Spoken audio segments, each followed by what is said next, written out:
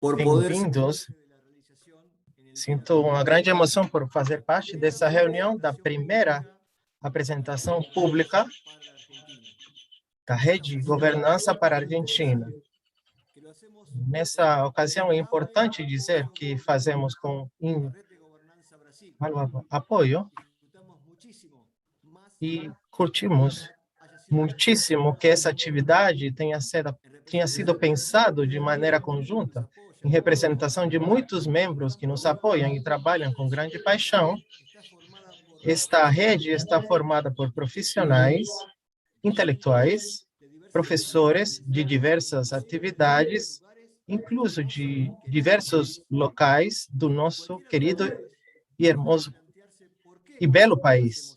Qualquer um poderia se perguntar por que fazemos isso. Como todo cidadão, sonhamos com um país melhor e queremos colaborar desde o local que estamos, com o nosso conhecimento e experiências. Sonhamos em construir um espaço propositivo e de práticas, além das ideologias políticas. Por isso, o nosso plano inclui atividades vinculadas à promoção, pesquisa, educação dessas novas e boas práticas, com foco especial no cidadão. Muito obrigado a todos os que têm feito um grande esforço para que essa primeira atividade seja uma realidade. Muito obrigado à RGB, Rede Governança Brasil, pelo apoio humano, profissional e logístico. Posteriormente, teremos a grande oportunidade de escutar palavras de importantes atores da vida pública, tanto de Brasil como Argentina. Jesus Rodrigues, ministro Nardes, Daniel Catelli, da nossa primeira reunião. Simplesmente me despeço temporalmente, porque em termos de governança, falamos a mesma língua. Para que todos e todos, com governança, há esperança. Muito obrigado. Espero que curtam muito esta reunião. O meu nome é Aníbal Coluber e eu vou passar em um minuto a palavra ao ministro Augusto Nardes.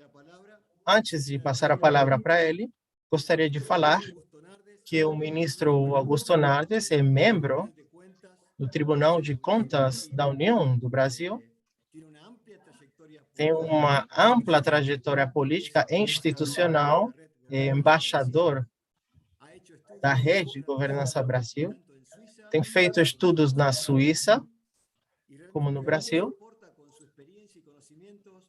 e agora aporta com seus conhecimentos uma grande contribuição nessa iniciativa. Temos um grande carinho por ele, como pessoa, como profissional e como vizinho daqui da área de Sudamérica e do Brasil. Ministro Nardes, por favor, a palavra está com o senhor.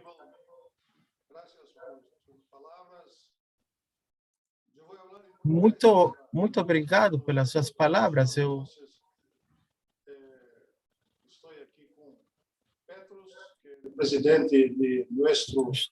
estou aqui com o Petros, que é o presidente do nosso instituto e da nossa organização aqui no Brasil. Temos uma instituição de nível nacional e internacional. Temos uma associação de técnicos e especialistas que participam dessa organização. Ou seja, faz uma parceria com os companheiros e irmãos da Argentina. Está conosco o Luiz Antônio, que é o presidente do Conselho Administrativo da Rede Governança Brasil e da ALAGOV, dessa Associação Latino-Americana e Caribe. E ficamos muito felizes com o convite do Aníbal e de todas as lideranças da Argentina. Eu sou fronteiriço aí, próximo das missões argentinas, missões brasileiras, das missões argentinas, e temos, portanto, uma cultura muito forte, muito identificada com os irmãos da Argentina, como também com o Uruguai, com todos os países latino-americanos. Começamos esse trabalho e fundamos a Rede Governança Brasil faz mais de 2 anos. Implantamos a tese da boa governança aqui no Tribunal de Contas em 2012, 13, 14.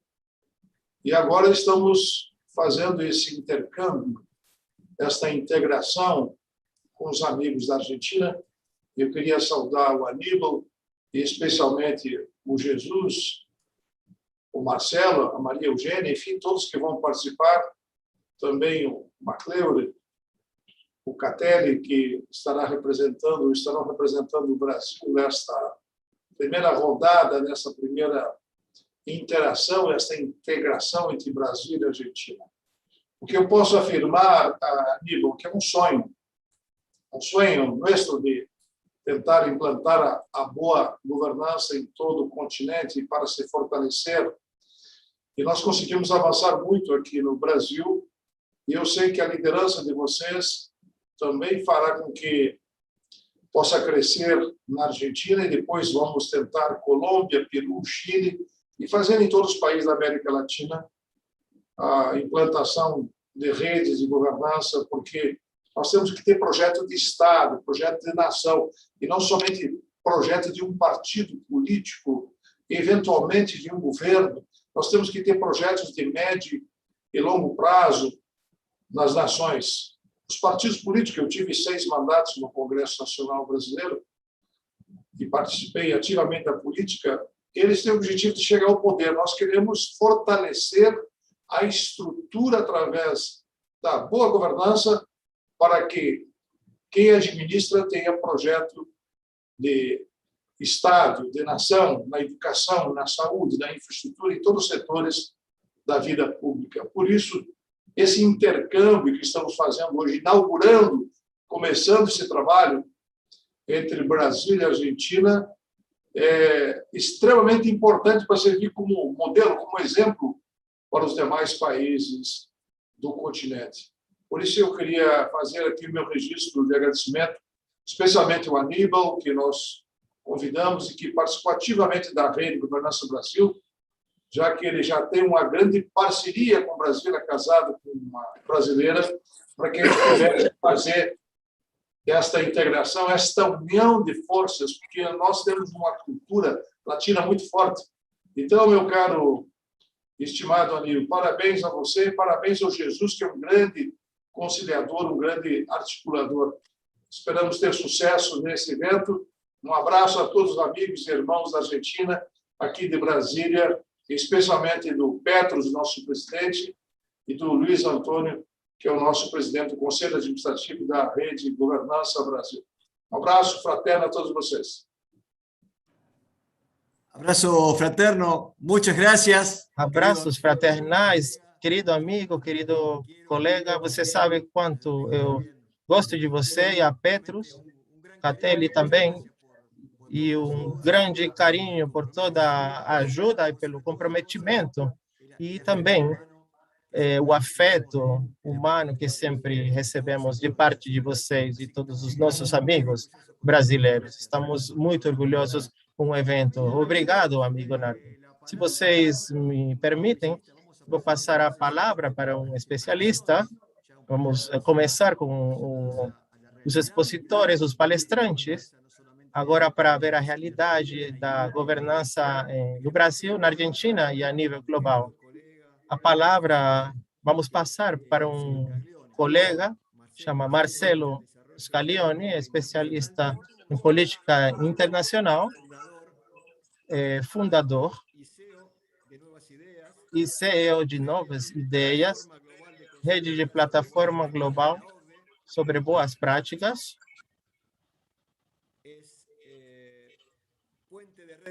Ele é ponte de redes internacionais, Europa e América Latina. Em Argentina, é membro para o desenvolvimento empresarial da Argentina, do Fórum de Diretores Corporativos da Universidade de Buenos Aires e do Conselho Argentino para Relações Internacionais. Liderou o processo de Argentina como secretário de Estado para a OBE e possui 30 anos de experiência internacional em corporações e associações civis e organizações internacionais. É contador público e especialista da Universidade de Buenos Aires, mestre pela Escola de França, fala 4 línguas e recentemente começou a estudar chinês. Então, amigo Marcelo, como fala em inglês, the flow is yours. Muito obrigado, Aníbal. É um prazer participar dessa primeira grande rede. Muito obrigado a todos os amigos que formam parte dessa rede na Argentina, a você, a Maria Eugênia também, e a rede do Brasil também, que começou a trilhar esse caminho há 2 anos. E agora escutava com muita atenção o ministro Augusto, que apresentou os desafios que temos como região e como continente. É um prazer compartilhar essa reunião com o Jesus, que é um grande inspirador dessas questões de governança pública, que são necessárias para a Argentina e para o Brasil, e para o conjunto do continente. Em alguns minutos, eu gostaria de falar sobre os desafios que temos em termos de globalização na América Latina e as nossas oportunidades como região para sair da trapaça do subdesenvolvimento, onde estamos inseridos há muitas décadas. Comentar as boas práticas da OCDE, a Organização para a Cooperação e Desenvolvimento Econômico, tanto a Argentina e o Brasil formam parte da candidatura para ingressar, das boas práticas públicas que são chaves para o desenvolvimento sustentável e fazer um pequeno foco em boas práticas da OCDE sobre governança pública. Em primeiro lugar, gostaria de colocar esse tema em contexto global. Estamos num momento chave no mundo em que eu acredito que constitui uma nova fase da globalização que está fundida a partir da crise de 2008, que tanto o Brasil quanto a Argentina são membros permanentes, e agora uma série de boas práticas em termos de boa governança global e governança pública que estão colocando à prova nesse contexto de pandemia. Globalização, nos últimos 100 anos, gerou uma quantidade grande de benefícios e desafios para o planeta em termos de redução da pobreza extrema e de respeito e fortalecimento dos direitos humanos, democracia, educação básica, em termos de vacinas, alfabetização e mortalidade infantil. Mas, como eu falava, está sendo colocada à prova nessa crise internacional que é a mais grave nos últimos 100 anos, segundo a OCDE, que tem gerado 4 milhões de mortes e um grande impacto social no último ano e meio, com mais de 1.600 milhões sem aulas, e um aumento considerável de desigualdades no nosso continente, e grandes indústrias PYMEs paralisadas, que tiveram um forte aumento de desocupação, desemprego. Isso coloca em prova essa arquitetura de governança global que começou há mais de 100 anos, com o fim da Primeira Guerra Mundial, e que depois, à medida que foi avançando esse último século, foi reformando a partir da Segunda Guerra Mundial e a partir dos anos 2000. Mas temos um comprometimento para fortalecer essa arquitetura de governança global efetiva e de fortalecimento do multilateralismo, e nosso continente tem muito a ver com o fortalecimento do nosso Mercosul.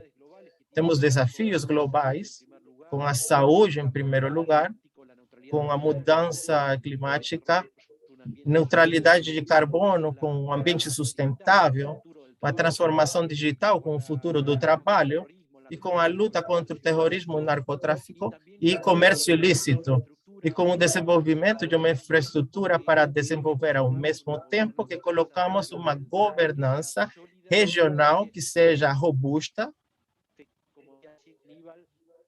e, como falava Aníbal, que dê resultados aos cidadãos dos nossos países. Se analisarmos a situação da Argentina e o Brasil nos diferentes rankings globais, estamos em posições na tabela, na metade ou baixos, no desenvolvimento humano das Nações Unidas e no Banco Mundial, e nas provas internacionais de qualidade educativa PISA e da OCDE, nos índices de concretividade do World Forum e também do Índice de Liberdade. No nosso continente, nos nossos países, temos que fortalecer políticas de Estado sobre instituições. Temos que ser mais consistentes com a macroeconomia, com a luta contra a inflação, especialmente aqui na Argentina, com a diminuição da carga tributária, que é asfixiante e que atenta contra a concorrência regional, setorial e em nossas empresas.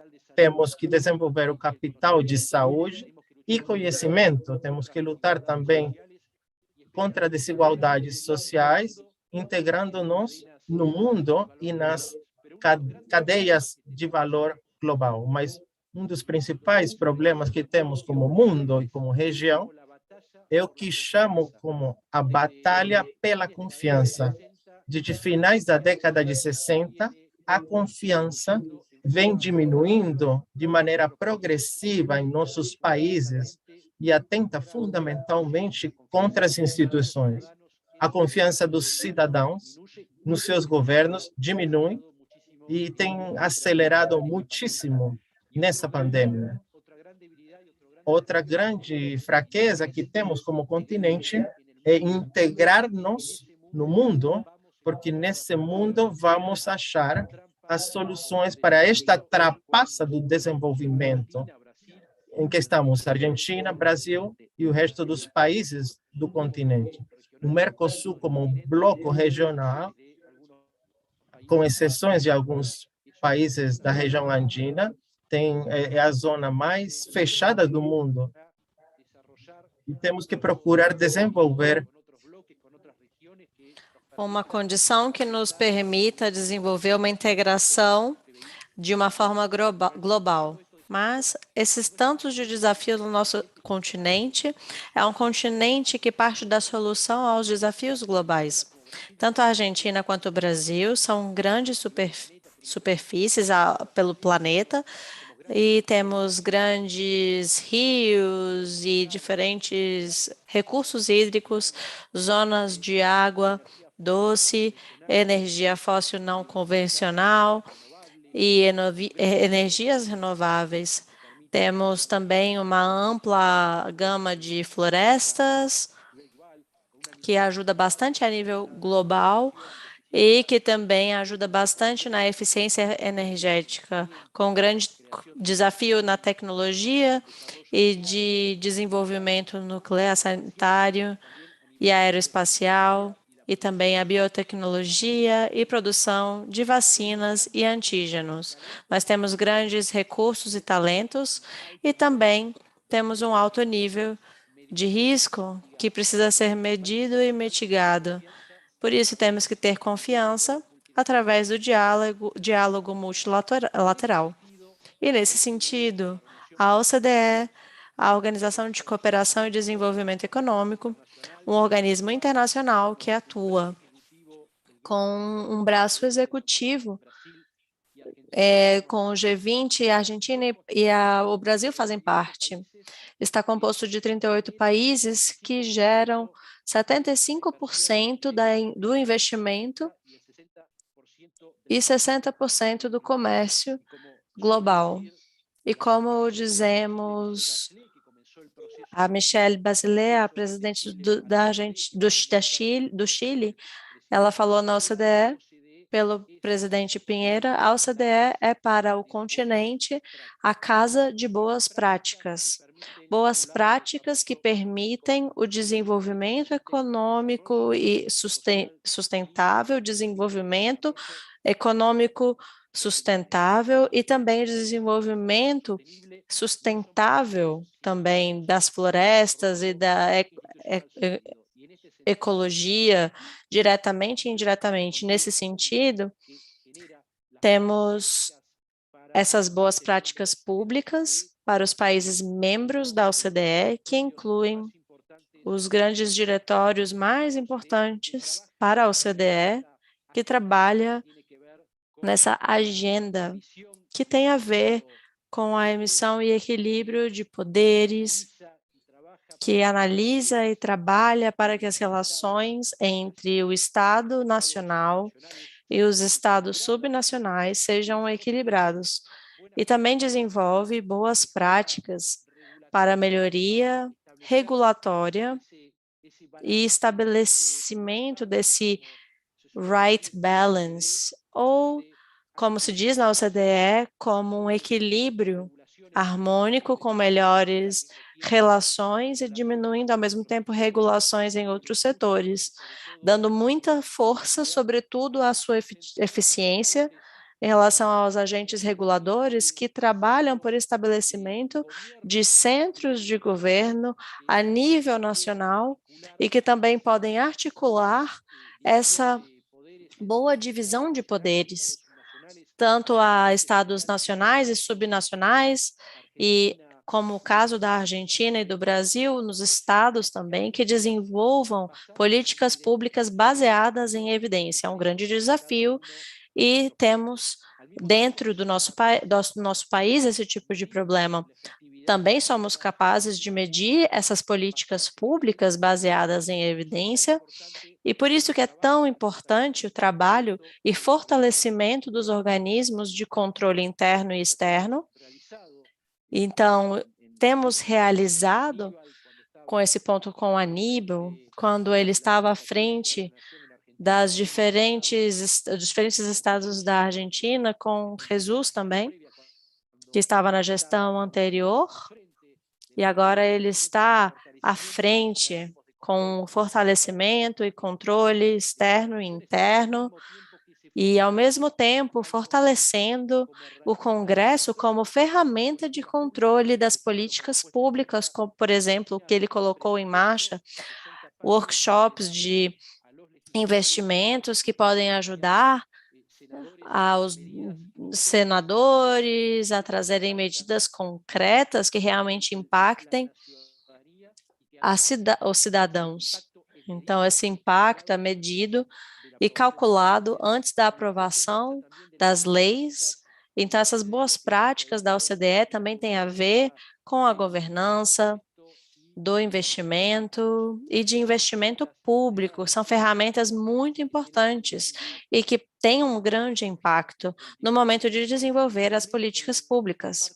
E, finalmente, que nós colocamos em marcha diferentes áreas do governo comercial, municipal e estadual, a profissionalização das políticas públicas através de uma burocracia profissional que trabalhe esses temas e essa agenda, como eu já dizia, dessa boa governança pública, essa agenda do Diretório de Governança Pública da OCDE.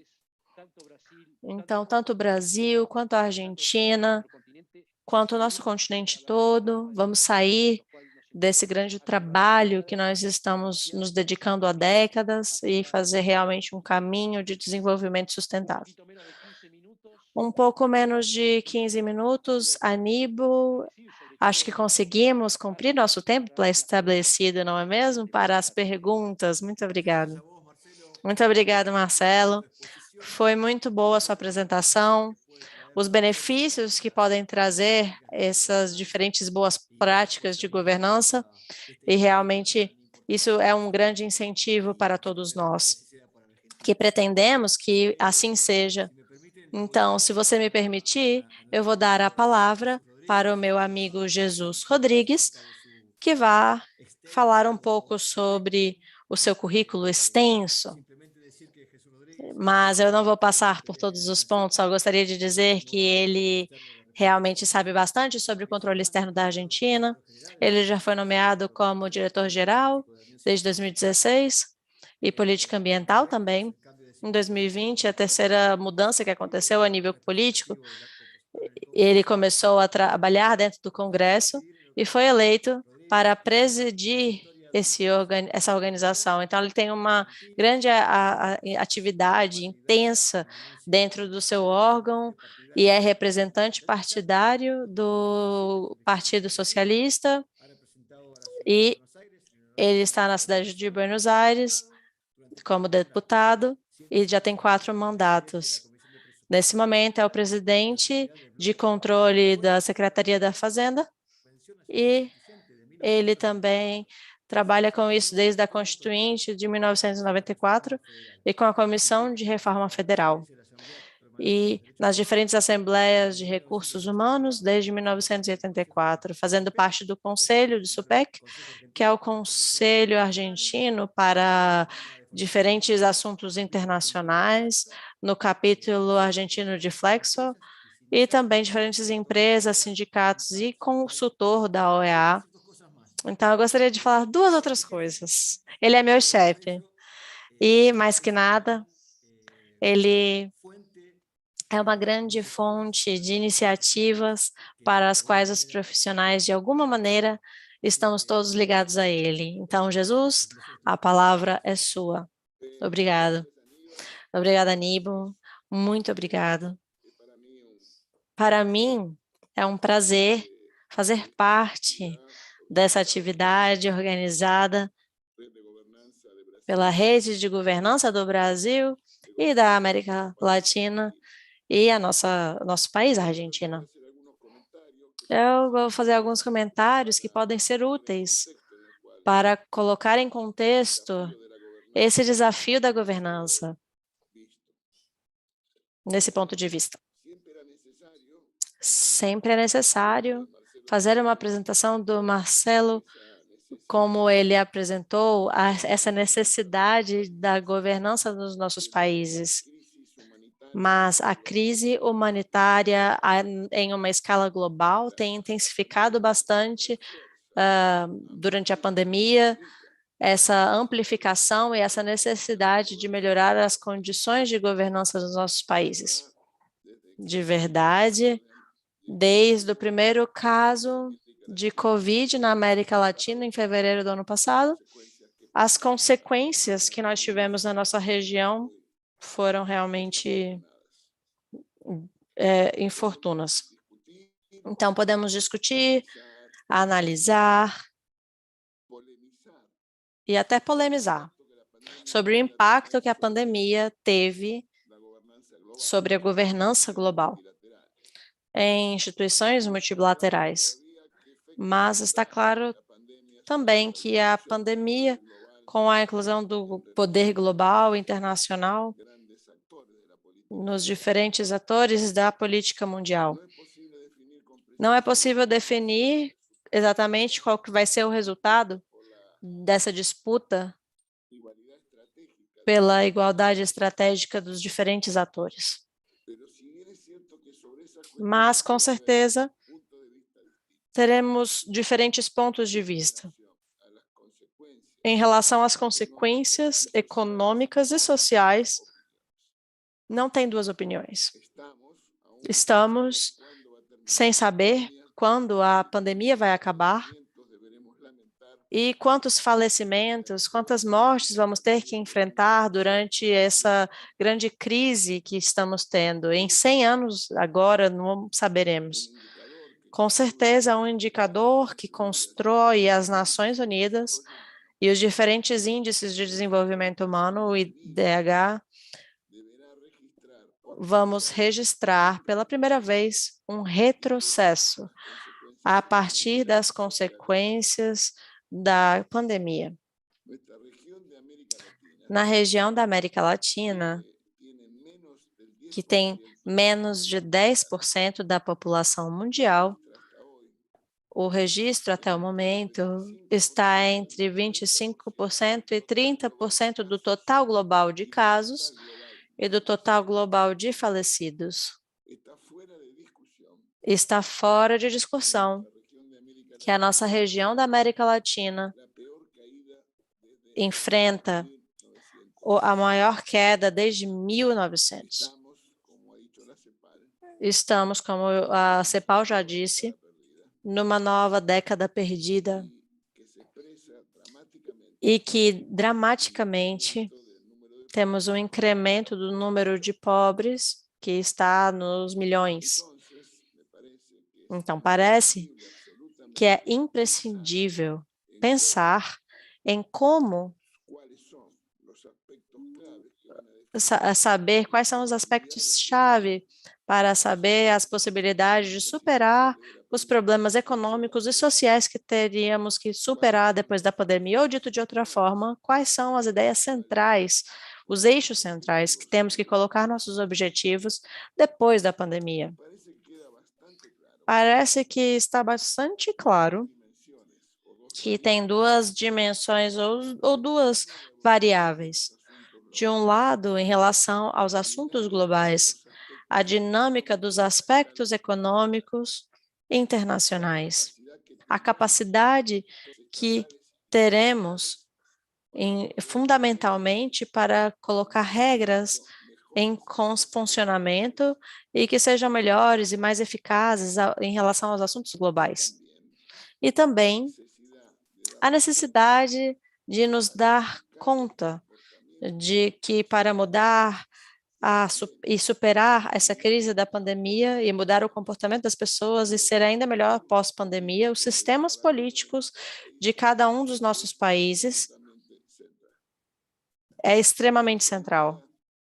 Então, nessa ideia, que eu não vou ampliar ainda mais, porque senão eu teria que fazer uma apresentação muito maior sobre o tema de governança, não é o mesmo que estamos falando aqui agora. É uma realidade que temos que lembrar que foi uma noção que nós demos e que foi incorporado nesse debate político desde os anos 70. A partir do que se chamou a Comissão Trilateral, que era uma confluência de acadêmicos e doutores econômicos da Europa, do Japão e dos Estados Unidos, que se perguntavam como enfrentar os desafios globais naquela época, sem nada pela Guerra Fria, pelo conflito das diferentes potências entre a União Soviética e os Estados Unidos. Hoje, nós não temos um conflito biológico dessa magnitude. Porém, a necessidade de luta é muito grande e encontrar a eficácia dos diferentes mecanismos de governabilidade. Isso é muito importante mundialmente. Em muitos países, as discussões sobre a governança é fundamental. Como eu já disse, eu não vou incorporar o debate aqui político, porque está a cargo do Brasil as especificidades da governança aí. Porém, eu gostaria de fazer algumas referências que possam servir como um contexto dessa apresentação. E estamos convencidos que há uma associação positiva entre a fortaleza das instituições e os resultados econômicos e sociais em um país em um determinado momento. E entre a fortaleza das diferentes instituições e a economia social, dito de outra maneira, as instituições explicam ainda mais que o próprio uso dos diferentes recursos são muito importantes. Eu tenho certeza que tem unanimidade de opiniões e também estou seguro de que podemos pensar na relevância dessa instituição.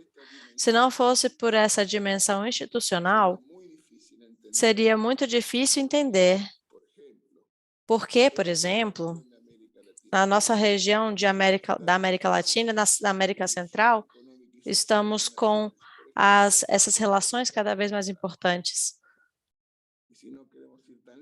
E se não formos tão distantes, podemos ainda pensar, por exemplo, nas dimensões institucionais, que é muito difícil de entender o que aconteceu e que pode ser verificado na República do Uruguai e na República da Argentina. Então, dada essa causa crítica, para contribuir melhor de uma forma com a governança em um sistema democrático nas diferentes constituições dos nossos países, temos que pensar na relevância decisiva e nesse equilíbrio entre os poderes derivados do ordenamento constitucional, o controle recíproco e equilibrado. E no nosso sistema, o controle de poder executivo cabe ao Congresso e à nação, e os parlamentos requerem uma análise informada e trabalhos baseados em evidência para poder exercer esse controle constitucional sobre o poder executivo que recai sobre a cabeça do poder legislativo. Essa é a tomada das contas de uma forma constitucional, de uma forma complementar, é essencial no sistema democrático que a rendição das contas nas diferentes instituições e nos funcionários que estão de frente a esse problema, temos que fazer isso de uma forma vertical, de acordo com as condições de confiança crescente. E entre os cidadãos e as diferentes instituições. Esse trabalho é decisivo para as nossas instituições fiscalizadoras. O TCU, no Brasil, a Auditoria Geral da Nação, na Argentina, para construir confiança, fortalecer laços de credibilidade e achar mecanismos de certeza para os cidadãos sobre os papéis das instituições. Eu quero terminar dizendo que esse desafio grande que tem os sistemas democráticos e políticos nos nossos países, para sermos capazes de enfrentar os desafios da pós-pandemia, tem a dimensão da governança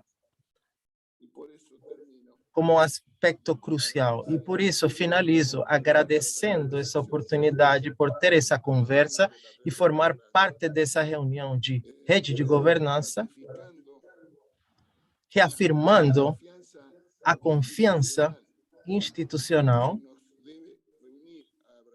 que nos dê a Brasil e a Argentina, acompanhada por esse afeto e reconhecimento, no meu caso, pessoalmente, pelo meu colega Augusto Nardes. Então, eu quero agradecer de ter essa conversação e agradecer e parabenizar pela iniciativa, porque não há dúvida que o futuro da América Latina e do seu povo dependerá da democracia que sejamos capazes de construir e da integração entre as nossas nações, que sejamos capazes de construir. Muito obrigado. Muito obrigado, Jesus, pelas suas palavras. Para a gente é uma honra por contar com você, pela sua qualidade. E sempre que estamos perto de você, sabemos que estás propondo novas iniciativas para o desenvolvimento do país. Obrigado pelo seu tempo e pela participação. Se vocês me permitem, eu vou passar a palavra para um colega do Brasil, o nome é Daniel Catelli, é procurador federal, tem um mestrado em administração pública, atualmente ocupa o cargo de assessor especial da Casa Civil na Presidência da República e já tendo ocupado outras posições nesse mesmo setor, de fato, foi um subchefe adjunto da Gestão Pública na Casa Civil, diretor de administração na Secretaria Nacional do Consumidor do Ministério da Justiça e Segurança Pública, procurador-chefe da Escola Nacional de Administração Pública, consultor jurídico adjunto no Ministério da Saúde, coordenador de atos normativos na Procuradoria Federal, junto à ANAC, coordenador-geral de elaboração, consolidação e sistematização de normas no Ministério do Planejamento, Orçamento e Gestão, entre outros trabalhos realizados. Possui certificações complementares pela Fundação Getúlio Vargas, Harvard Kennedy School, Università degli Studi di Roma, Tor Vergata e a Escola Nacional de Administração. É professor e palestrante em áreas de gestão pública, governança e direito administrativo, tendo realizado vários cursos e treinamentos em várias instituições do país. Daniel, a palavra é sua. Um grande abraço para você. É com imensa satisfação que me junto aos experientes e destacados colegas da Rede Governança Brasil e agora da Rede Governança Argentina, para o evento Governança, Falemos a Mesma Língua. O título do evento, inclusive, é oportuno e me agradou muito ter contribuído com os colegas para a sugestão. Como veremos adiante, o próprio conceito de governança ele admite uma série de interpretações, tanto no âmbito acadêmico, como no das organizações, sejam elas públicas ou privadas. Para a expansão da prática da governança, todavia, foi importante obter alguma uniformização no Brasil, e notadamente na seara pública, já que a governança ela se constitui em uma série de mecanismos colocados em prática para a obtenção de resultados em serviços e em políticas públicas. Essa relativa uniformidade possibilitou a expansão do conceito para estados e municípios no Brasil, bem como facilitou a sensibilização da alta administração para os benefícios de se adotar boas práticas de governança pública. E quando falo em alta administração, eu gostaria de salientar que no Brasil, alta administração também é um conceito positivado. Isso hoje também está previsto no nosso decreto, que mais adiante eu vou comentar. Então, todos esses conceitos, eles estão hoje positivados em um decreto e, espero eu, logo também em uma lei. Mas para chegarmos nesse ponto, convém nós relembrarmos um pouco sobre o surgimento da governança, os seus marcos principais e como o conceito passou a ser empregado na área pública. Quando abordamos a governança pública, mesmo com objetividade, vale pontuar sobre os principais marcos do seu desenvolvimento no Brasil e sobre os rumos que vêm sendo adotados aqui no Brasil. E no início de tudo, nós tivemos a governança corporativa. E aqui convém mencionar que o estudo sobre a governança ele é relativamente recente e tem origem na área privada. Como campo do conhecimento estruturado e dotado de princípios e métodos, o seu início data da década de 80 do século XX, ou seja, mais ou menos 40 anos. Do ponto de vista científico, então, o estudo da governança é bastante recente. Temos muito que desenvolvê-lo ainda nos nossos países, principalmente aqui no Brasil, onde eu posso falar um pouquinho mais. E o início da governança ocorreu com a chamada governança corporativa, como eu comentei, e os seus marcos fundamentais são o chamado ativismo de Robert Monk, a partir da segunda metade dos anos 80, o relatório Cadbury, produzido por ocasião da criação de um comitê pelo Banco da Inglaterra, os princípios da OCDE sobre governança corporativa, datados de 1998, a lei Sarbanes-Oxley, aprovada em 2002 nos Estados Unidos. Esses são os principais marcos da governança corporativa. E o importante de quando falamos sobre governança corporativa, por que vale a pena rememorar esses marcos, como bem falou Jesus, a governança ela vem para restabelecer a confiança nas instituições. Quando Robert Monk, por exemplo, desenvolveu o seu trabalho enfocando os problemas do conflito de agência, resultantes da não coincidência entre os interesses dos proprietários e dos executivos das empresas, ele conseguiu uma maior mobilização dos acionistas e introduziu nas organizações o debate sobre governança.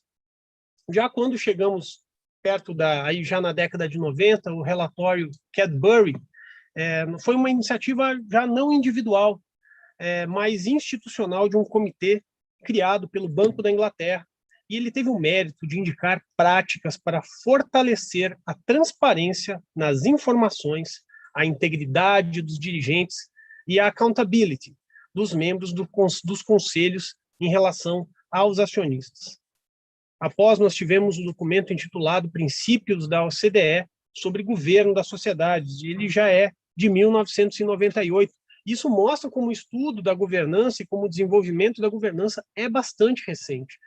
Claro que governança em si, nós podemos falar desde os primeiros grandes impérios, desde as primeiras grandes nações, mas como um campo do conhecimento estruturado, isso é muito recente e tem mais ou menos 40 anos. E a governança pública é mais recente ainda.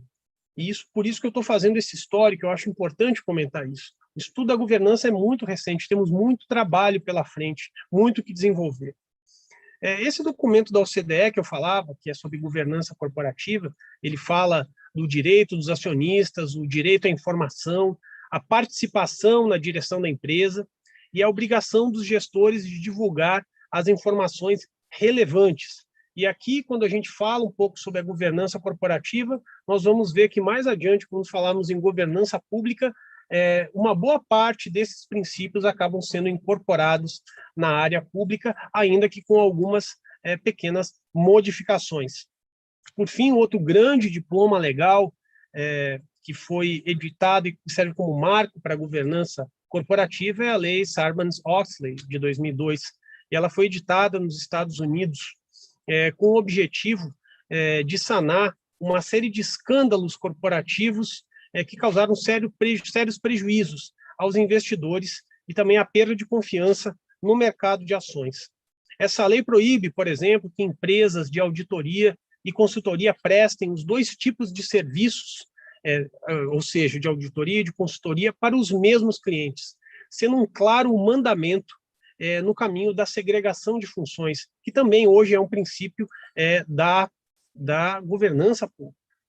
Essa lei estabelece a responsabilidade dos executivos principais pela precisão dos relatórios financeiros corporativos e punições para os crimes de manipulação de dados e de interferência em investigações.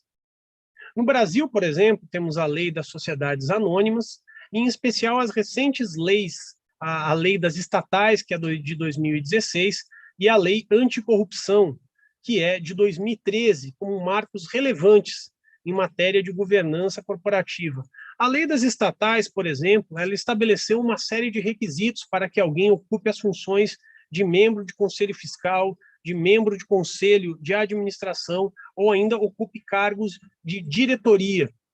E essa lei tem uma interdependência específica com a governança pública por conta das empresas estatais e o fato de que o governo federal, no caso, pode indicar conselheiros. Então, há uma série de requisitos, e isso faz parte do que nós chamamos de nova governança das estatais.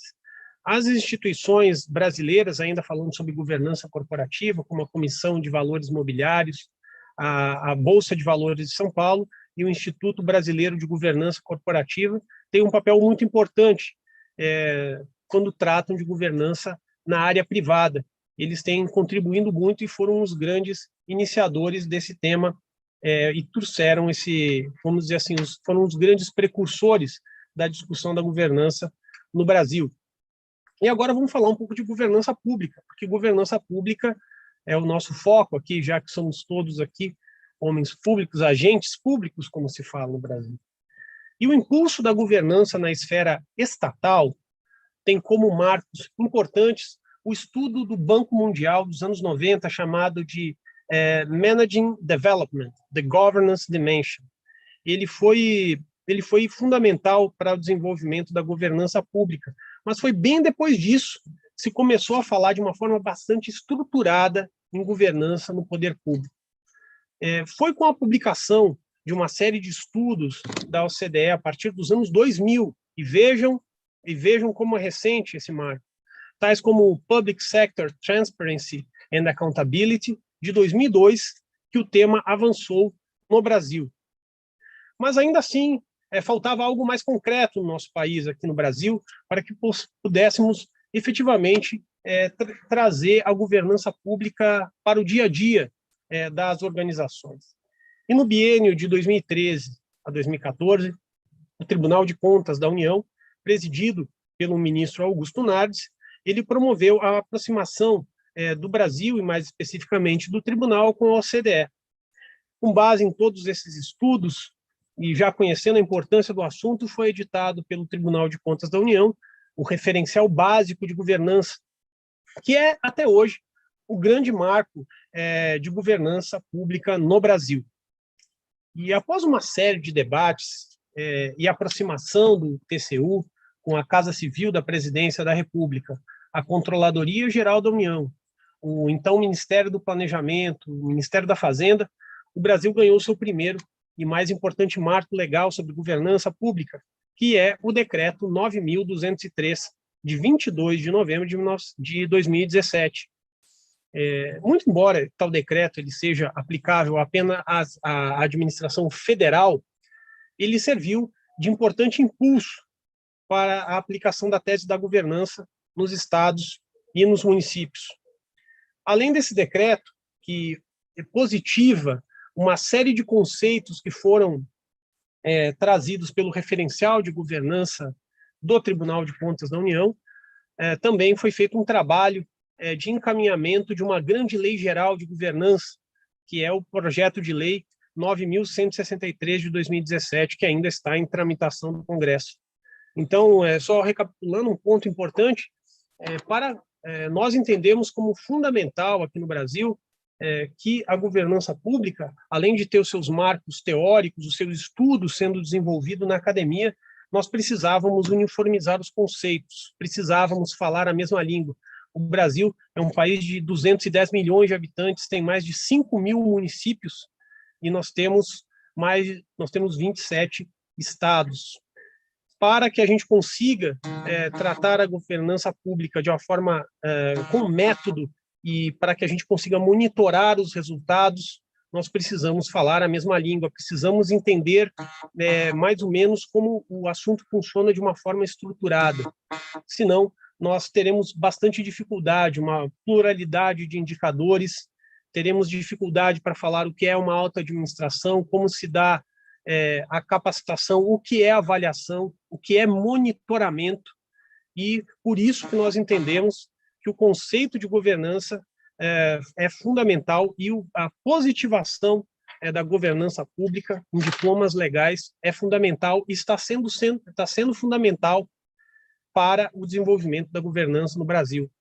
Mais recentemente, nós tivemos uma lei, a Lei 14.129, desse ano, de 2021, que fala de governo digital e aumento de eficiência pública, e ela contou com um capítulo específico para tratar de governança, da gestão de riscos, também outro elemento fundamental para a governança pública, e do controle e da auditoria.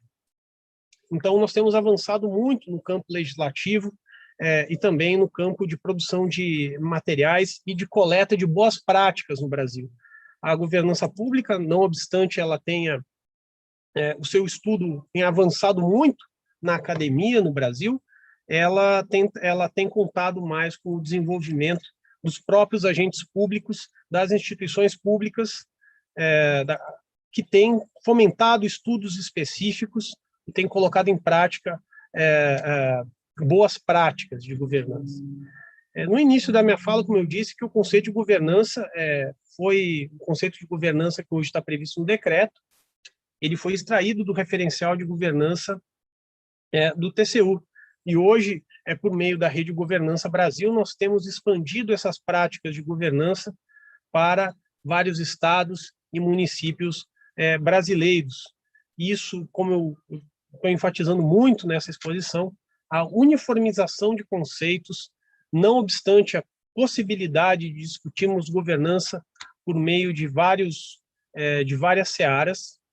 Essa uniformização ela tem sido fundamental para que nós possamos levar a governança para vários estados e municípios, e o Brasil é uma federação, as entidades têm autonomia, e nós precisamos estabelecer coerência e harmonia entre as políticas. Esse é o grande papel da governança pública, e para que a gente possa fazer isso, é importante que falemos a mesma língua.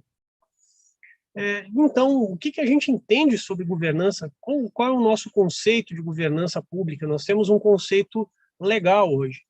Governança pública, para nós, é o conjunto de mecanismos de liderança, estratégia e controle, postos em prática para avaliar, direcionar e monitorar a gestão, com vistas à condução de políticas públicas e à prestação de serviços de interesse da sociedade, sempre gerando mais valor público. Esse é o nosso conceito positivado em decreto. E agora vocês vão me perguntar como é que isso tem acontecido na prática? Quais são as boas práticas de governança? O que nós temos feito com todo esse arcabouço que já se percebeu que é um arcabouço robusto? A discussão sobre a governança pública tem avançado bem no país, mas quais são as boas práticas, os bons exemplos que nós temos hoje?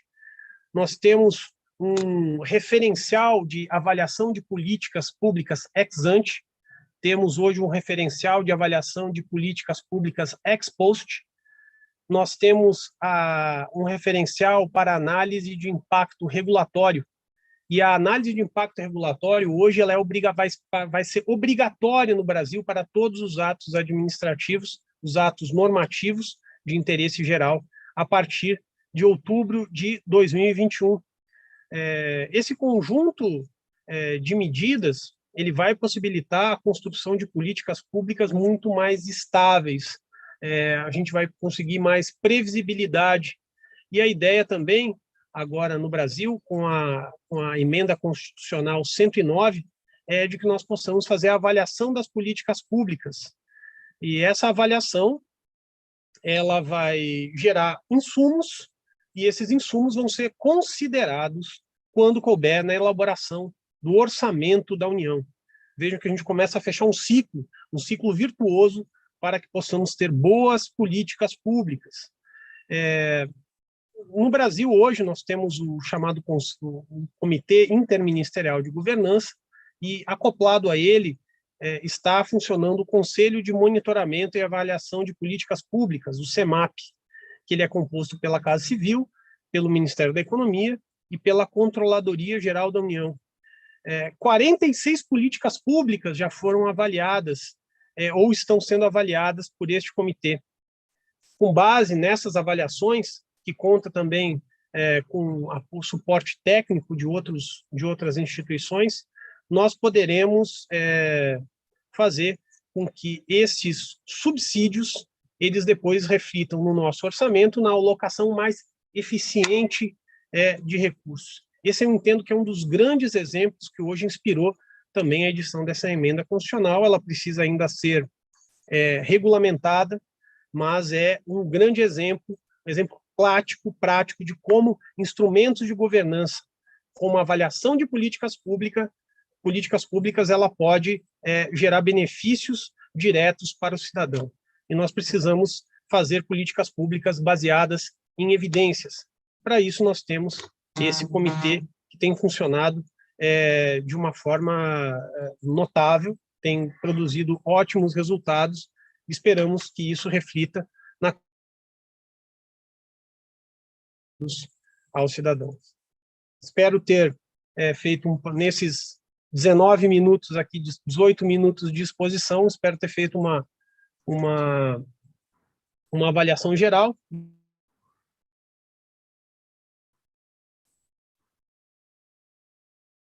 Pública, e quais são os grandes exemplos, os exemplos positivos que nós temos hoje. Nós temos uma iniciativa do tribunal que eu gostaria de ver ampliada, que é a adoção dos índices de governança pública. Espero que eles sejam sempre considerados, passem a ser considerados também por outros poderes.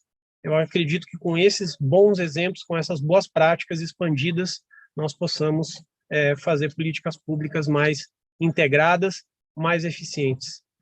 Muito obrigado. Era isso. Muchas gracias, Daniel. Un gran honor, un gusto contar con tus Muito palabras. obrigada, Daniel. É Ha ótimo sido contar muy contigo. clara tu Eu explicación. sempre fico muito feliz pelas suas palavras e honrado de poder vê-lo em ação. É muito bom poder ver o que está acontecendo no Brasil, como se fazem as coisas no seu país e na sua voz. Você já disse, por exemplo, que antes de passar para a parte de perguntas, eu gostaria de apresentá-los a um grande amigo, Gilmar Murdoco, que também está na província de Buenos Aires e também é professor da Universidade da Plata, em São Martim, em diferentes cursos de mestrado e doutorado. Então, obrigada, Daniel. Obrigada, Aníbal. É muito bom contar com vocês e a qualidade e a solidariedade do que nós temos e os diferentes aspectos da governança. Já ouvi nas diferentes participações que houveram aqui, que estão nos escutando, e eu vou tentar resumir e transmitir essas perguntas a cada um de vocês. Em primeiro lugar, o Marcelo Caiones, não sei se você está aí, ele fez uma pergunta aqui para Jesus e especialmente para o Daniel. Obrigada, estamos aqui, Herman. Então, muito obrigada novamente. Tinha uma pergunta que estava vinculada com isso. Se uma nova governança pública tem efeito no desenvolvimento sustentável, você poderia nos dar alguns exemplos? Sim, muito interessante, Herman, o que você comentou, e de alguma forma também Jesus também falou isso na exposição dele. As boas práticas de governança pública são uma condição necessária para o desenvolvimento econômico sustentável. Recentemente, ouvimos a aclaração do Daniel, que ele fez uma síntese sobre o que representa as boas práticas de governança pública a nível global e também estendeu isso ao Brasil. Então, podemos colocar em marcha essas diferentes situações de segurança pública da OCDE e se isso muda a vida no dia seguinte? E eu sempre digo que não, porque justamente o impacto das boas práticas em relação à governança e políticas públicas, separação de poderes, em relação ao que falamos nos diferentes estados nacionais e nos estados subnacionais.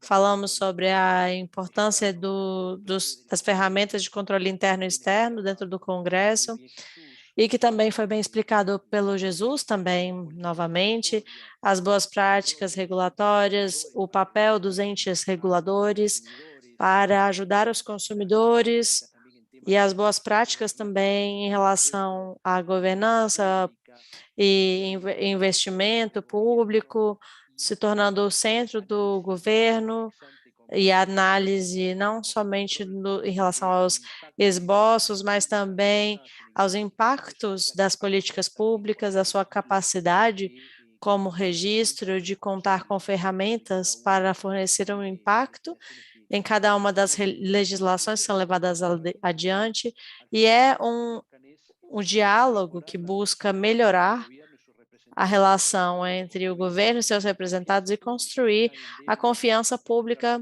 que é muito importante dentro da nossa região. Então, colocamos em marcha essas ferramentas e por isso que é muito importante ter a necessidade de criar uma política de Estado que tenha um acordo entre as diferentes políticas e olhando para essas diferentes políticas, essas boas práticas dão resultado em meio e longo prazo. Muitas vezes falamos sobre a OCDE como apenas para os países ricos. Sim, são ricos agora. E na OCDE, temos que ter um plano colocado em marcha para continuar realmente ajudando os países, até pela Europa, que foram devastados pela Segunda Guerra Mundial. Eles não eram países que estavam ricos, eles tiveram que subir novamente e depois de 30 anos eles conseguiram ser países ricos, geradores de riqueza, de desenvolvimento econômico, ambiental, social. Às vezes demora tempo, mas esse desenvolvimento é muito importante quando você tem esses diferentes financiamentos externos, mas também temos diferentes membros, países membros da OCDE que se tornaram, que eram países ricos.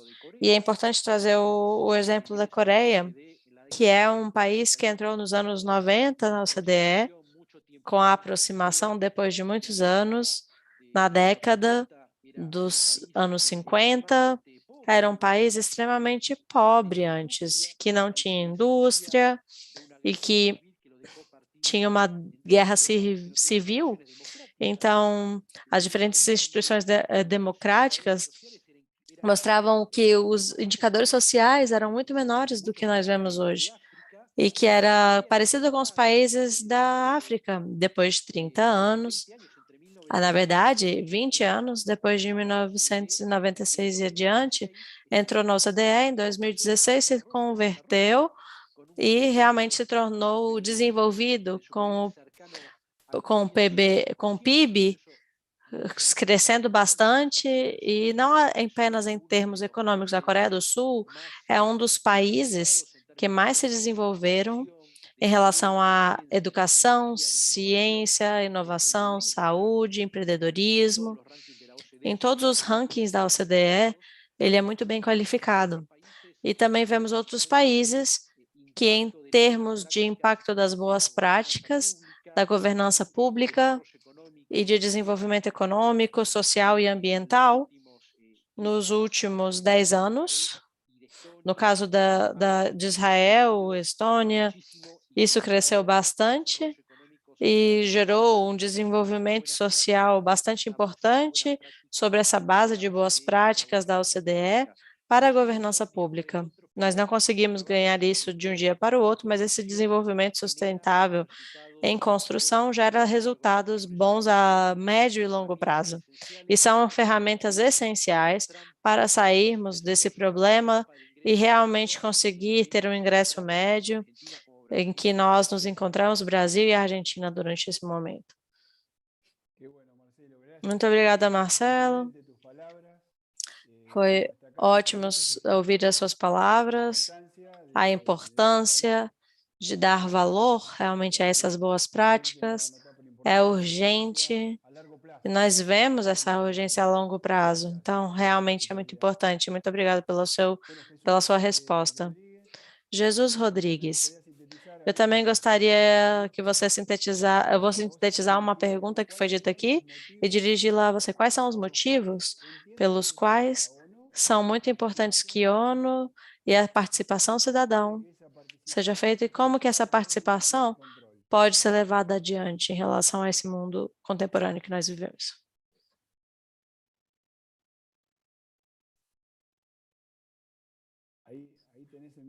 O seu microfone está desligado. Sim, muito obrigada, Herman. Eu estava dizendo que temos que situá-la nas diferentes referências que nós temos em relação a contas verticais, nas instituições, entre os funcionários e os cidadãos. Aqui temos dois atores chaves, do lado do meio da comunicação social independente, que é uma massa que é capaz de fazer essa relação ser fluida. E, em segundo lugar, as organizações sociais, que são muito importantes. Se elas não existissem, nós tínhamos que criá-las para poder incluí-las nessa comunicação social independente. Então, temos essas condições para a participação cidadã. É fundamental e relevante, e eu gostaria, de qualquer forma, lembrar de algo que define realmente a participação cidadã, quando as pessoas da sociedade civil se envolvem nas decisões de uma forma mais ou menos direta. A sociedade civil, de acordo com os diferentes aspectos de organização, formais e informais, solucionam por fora do mercado e no mercado, que tem a ver com o intelecto. O envolvimento da sociedade civil e da participação cidadã pode ter várias dimensões. A primeira é em relação à vinculação de informação. Por exemplo, o uso da informação pública e também na informação de consulta. Nesse sentido, a audiência pública ajuda bastante nessa situação. E temos ações vinculadas a decisões, ao poder de decisão, e é quando há uma consulta popular, ou uma audiência pública, no nosso caso. Então, alguns usos de fóruns participativos e uma emissão de controle dentre os cidadãos nessa prestação de contas vertical. No caso da Argentina, com a nossa experiência de organização da sociedade civil, participando no planejamento de um trabalho de auditoria. E esse é algo importante que nós temos para esse ano. E nós podemos ver que há diferentes associações civis que representam mais ou menos 60 temas de controle para que todos levem as suas ações adiante. Controle sobre temas específicos. Então, eu diria para você que primeiro que é fundamental, o segundo que é imprescindível e o terceiro que é uma condição necessária para uma democracia, para uma democracia que tenha poder de informação e capacidade de informação e seu poder de decisão. Obrigada.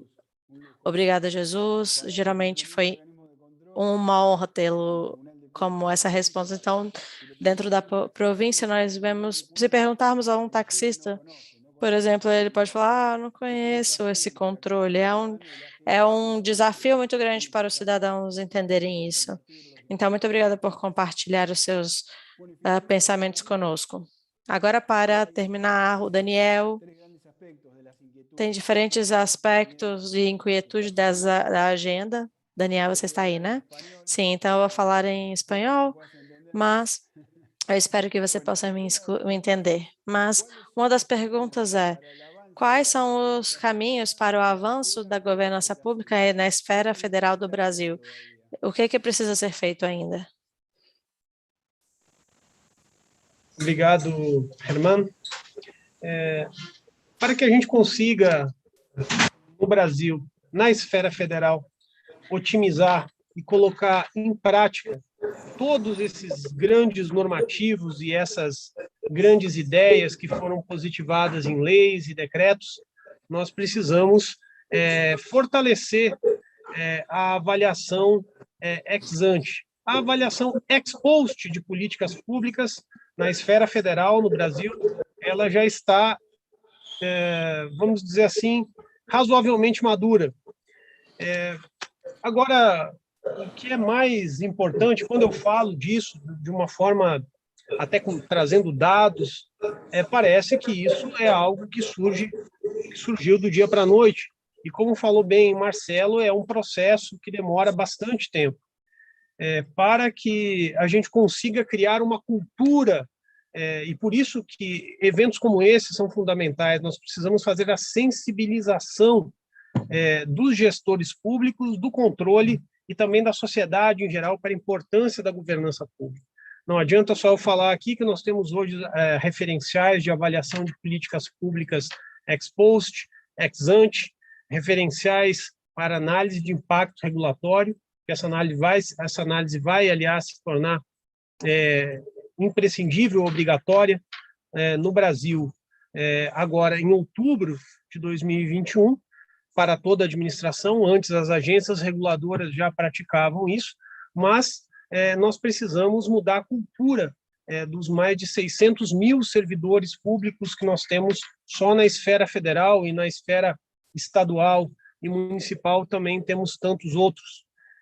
Mas acredito que o poder público federal, pela sua capacidade de organização, ele tem sim um poder indutor muito grande, ainda que num primeiro momento ele institucionalize práticas apenas na sua própria esfera. Isso tem um poder indutor muito grande. Para nós aqui no Brasil, a federação ela é composta pela União, pelos estados e pelos municípios, que também têm status constitucional. Então, o papel da União, institucionalizando políticas, institucionalizando instrumentos de avaliação de políticas públicas, isso com certeza tem um papel relevantíssimo e pode contribuir para que nós tenhamos políticas mais integradas na esfera federal, estadual e municipal. O que falta agora na esfera federal, para a gente estar nós já demos passos importantes, mas acredito que ainda precisamos remover algumas barreiras para o compartilhamento de dados, para que os avaliadores das políticas públicas, como eu falei antes, no caso do CEMAP, que é esse Comitê de Monitoramento de Política, removendo essas barreiras do compartilhamento de dados, os avaliadores eles possam ter pleno acesso às bases necessárias para medir o impacto das políticas públicas. Se nós não conseguirmos mensurar as políticas, estabelecer métricas claras, nós não vamos conseguir aprimorá-las. E também temos agora o grande desafio para regulamentar a emenda constitucional 109, que trata da avaliação de políticas públicas. Eu acredito que esses instrumentos eles vão fazer com que, na esfera federal, nós demos um grande salto de qualidade em matéria de políticas públicas. O Estado não pode se mover por espasmos, por soluços.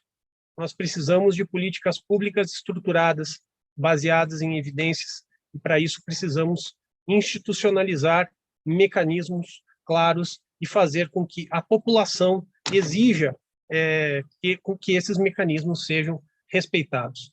Assim conseguiremos políticas públicas mais consistentes e, com certeza, uma melhor alocação de recursos públicos que hoje são escassos, principalmente num cenário de crise que nós vivemos hoje. Então, acredito que esses são os grandes desafios que nós temos na esfera federal para conseguirmos colocar arrumarmos um pouco mais e colocarmos em marcha, avançarmos com esses grandes instrumentos de governança que são a análise ex ante, a análise ex post e a análise de impacto regulatório. É isso, Herman. Obrigado. Muy bueno, gracias a vos, Daniel.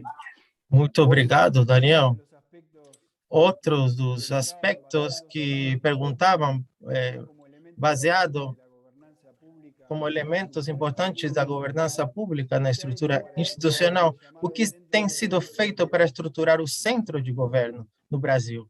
Esse tema também é bastante importante. Eu não tenho conhecimento de como isso tem sido desenvolvido na Argentina, mas no Brasil é bastante recente. O Tribunal de Contas da União, mais uma vez, foi um grande precursor desse tema ao editar um referencial de governança em centro de governo. Isso motivou com que o Poder Executivo Federal se mobilizasse e procurasse entender mais o assunto. E por que nós precisamos estruturar um centro de governo? Nós precisamos organizar as políticas, precisamos de congruência entre as políticas, evitar fragmentação das políticas e o desperdício e esforços de recursos. Mas quando a gente fala em centro de governo, nós precisamos de uma estrutura de assessoramento ao chefe do Poder Executivo que possibilite que ele tenha informações seguras, eu mais uma vez falo baseadas em evidências, para que ele tome decisões rápidas e estruturadas. Estruturar um centro de governo é importante, e o Brasil tem feito não só essa parceria do Poder Executivo com com o Tribunal de Contas da União, mas com a OCDE. Nós contratamos recentemente uma peer review, onde verificamos outros países, como tem sido a estrutura do centro de governo. Nós esperamos, após esse diagnóstico, poder fazer uma proposta para uma estabilização do centro de governo, partindo dessas premissas importantes: evitar a fragmentação das políticas, possibilitar uma coleta de informações rápida, para que o chefe do Poder Executivo possa adotar decisões baseadas em evidência. E também, como eu tenho falado, nós precisamos fazer com que essas boas práticas se expandam para estados e municípios. Temos estado de São Paulo tem mais de 40 milhões de habitantes, o município de São Paulo tem mais de 15, a metrópole tem mais de 15 milhões de habitantes, Rio de Janeiro também tem milhões de habitantes, tanto o estado como a cidade. São exemplos onde, com uma estruturação de centro de governo, poderia ser bastante benéfica e poderia possibilitar a adoção de políticas públicas mais consistentes. Então, acredito que, partindo desse estudo na esfera federal, nós podemos expandir esses conceitos para estados e municípios. E, como eu digo, é importante falarmos a mesma língua, na medida do possível, utilizarmos as mesmas ferramentas e, quem sabe, no futuro, indicadores semelhantes, para que nós possamos ter uma uniformidade e possamos, inclusive, incutir no cidadão a importância de monitorar e de avaliar a qualidade do que o Estado está entregando para a melhoria da qualidade de vida das pessoas. Muy bueno, Daniel. La incidencia que tiene... Muito bom, Daniel. A incidência que tem em países federais, como a Argentina e o Brasil, que tem municípios de grande envergadura ou complexos, é similar. Então, com relação a isso, aparece uma terceira pergunta para você. Como a governança ajuda o gestor público na prática, em especial nesses âmbitos, em estados e municípios? Como acho que a linha condutora da minha fala tem sido na uniformização. E o Brasil hoje passa por alguns problemas institucionais, e um deles é o debate sobre a responsabilização do gestor público, principalmente diante da grande disparidade de formação e de instrumentos que possuem os gestores, os administradores públicos, nos estados e principalmente nos municípios. Quando estados e municípios utilizam recursos federais nas suas políticas, por meio de repasses, eles ficam sujeitos ao controle do Tribunal de Contas da União e também do Ministério Público Federal. E o debate sobre responsabilização dos agentes públicos vai chamar bastante atenção na importância da governança. Poucos gestores investem muito e consideram esse elemento. Adotar mecanismos e práticas de governança uniformizadas, padronizações, facilita com que esses gestores públicos atuem de forma mais rápida. Eles partem de práticas que já são conhecidas e legitimadas, e uma coisa que é fundamental que nós entendemos aqui, um gestor público que adota práticas de governança consagradas, ele consegue demonstrar, como regra, que ele atua de boa fé. Por quê? Porque ele está institucionalizando o que há de melhor para entregar melhores serviços. Nós recentemente tivemos a adoção de uma lei que fala que o gestor público ele só é responsável quando ele atua com dolo ou erro grosseiro. E o Tribunal de Contas, ao aplicar eventualmente alguma sanção, ele considera o conceito de administrador médio, que é aquele administrador, que é aquele dirigente que atua de forma minimamente diligente, com a adoção básica dos padrões previstos em leis e nas regras de direito público. Então, quando o gestor estadual ou municipal ele adota mecanismos de governança já testados e desenhados, ele minimiza riscos, ele reduz, em grande medida, a incidência de punição, já que, como regra, ele vai atuar segundo as melhores práticas. Poucas vezes um gestor público, quando quando há uma proposta de institucionalização, principalmente nos estados e municípios, poucas vezes esses gestores eles pensam na governança sob uma ótica da proteção própria. Aqui no Brasil a gente diz do CPF, que é do Código de Identidade perante a Receita, que é o que serve para identificar a pessoa no caso de uma punição. Então, o gestor público, às vezes, ele identifica a governança pública como um entrave, como uma dificuldade. Mas, na verdade, a governança pública não só vai possibilitar que ele entregue melhores políticas, mas como também ele se proteja de eventuais punições. Se ele quiser entregar melhores serviços, aplique a governança. Se ele quiser fugir de punições, aplique a governança, que também é um bom caminho. Então, essa é uma mensagem que eu passo quando eu falo para gestores de estados e municípios, seja lá qual for o móvel que o leve a adotar a governança pública, adote que o resultado vai ser positivo. Muy bueno, Daniel, muchas gracias. Muito bom, Daniel, muito obrigado. Obrigado. No lema do webinário, falemos a mesma língua nas 3 exposições, com perfil regional e internacional, conhecendo a realidade da Argentina e do Brasil. Jesus Rodrigues também, de um olhar da Argentina, com experiência internacional em organizações, e com o senhor Catelli, todos falaram algumas palavras em comum. Então, se falamos a mesma língua, governança, aparentemente, parece que sim. Então, eu gostaria de resumir coisas que têm falado os 3. Sim. Como a questão institucional, a qualidade, a confiança, que muitas vezes tem a ver com o diagnóstico que fizeram, mas que não só ficaram nisso, sino que também adoptaram boas práticas, um equilíbrio de poderes e a prestação de contas, o accountability. E essas foram palavras que os 4 falaram nas suas exposições. Então, levamos uma grande ideia para alimentar essa rede de governança, multiplicar os seus impactos, e falamos a mesma língua e agradecemos à rede de governança do Brasil pelo apoio à Argentina, e com certeza essa construção conjunta poderemos fazer muitas coisas, e baseados nessas ideias que vocês plantearam, colocaram. Então, agora, damos a palavra para o Aníbal.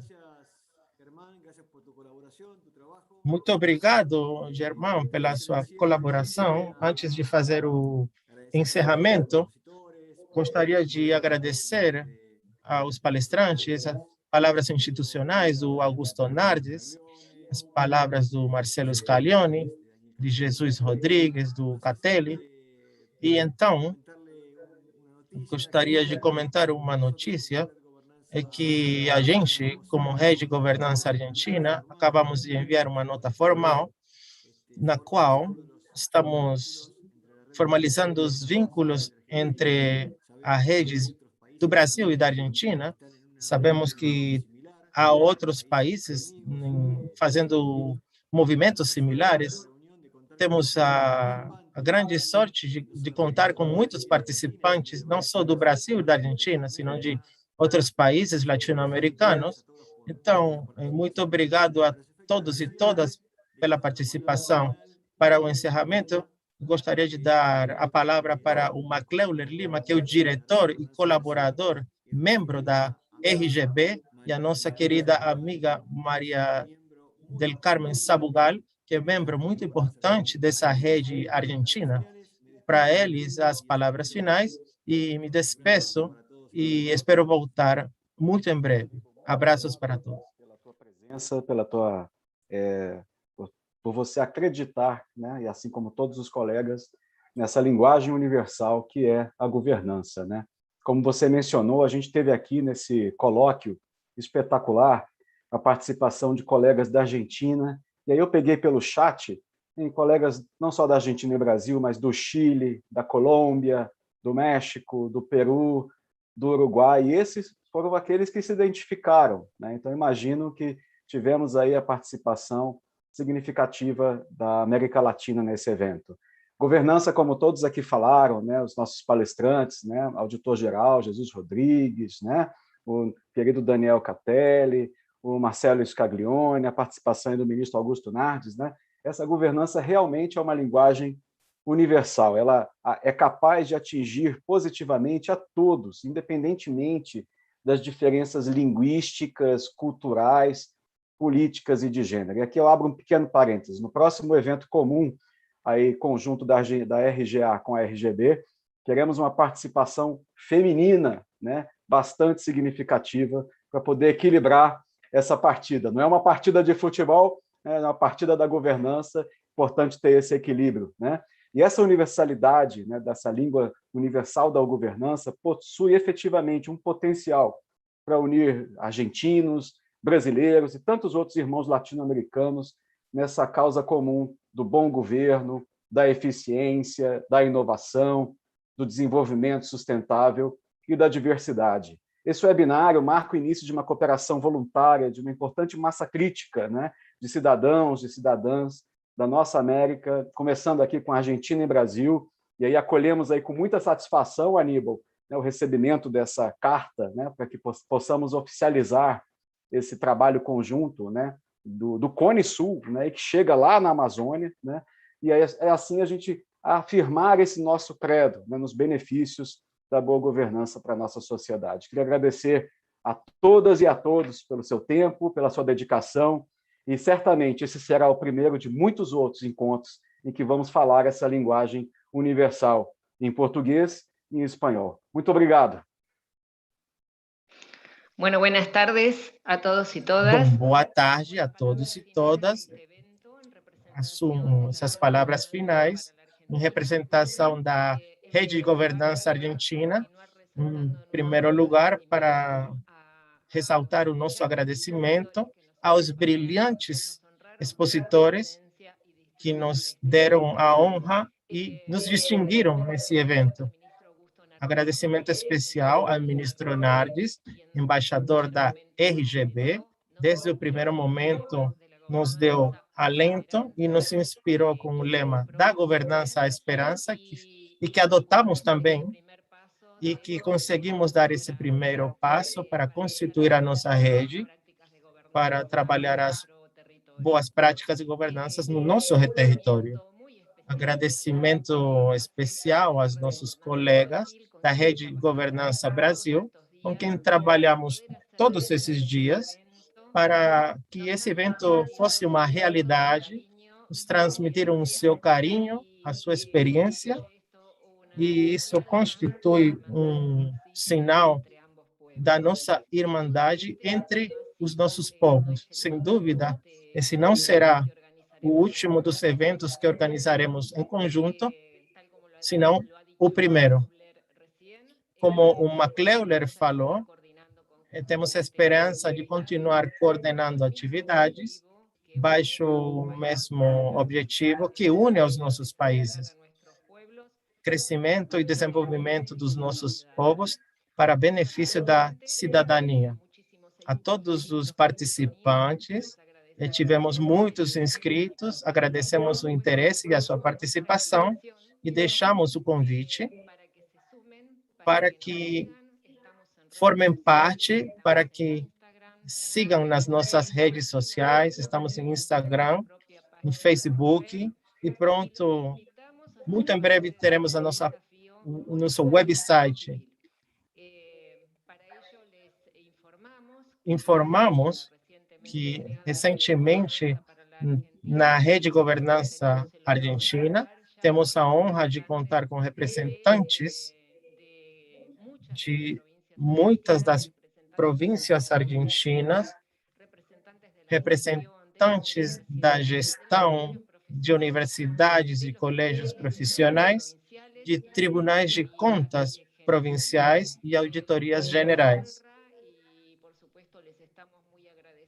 Estamos muito gratos por ter abraçado esse desafio que decidimos encarar junto com o Brasil.